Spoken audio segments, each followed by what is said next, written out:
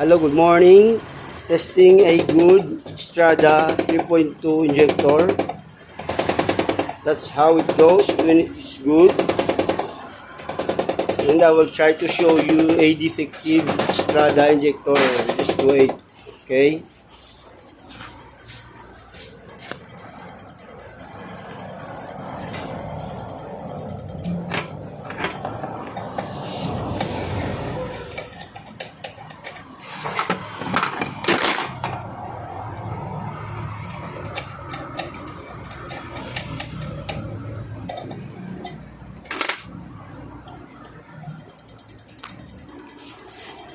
And this is how the body Strada injector goes.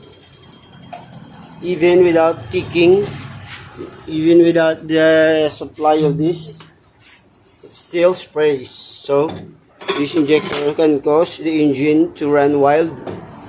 See? And might damage your engine. So that's how it goes.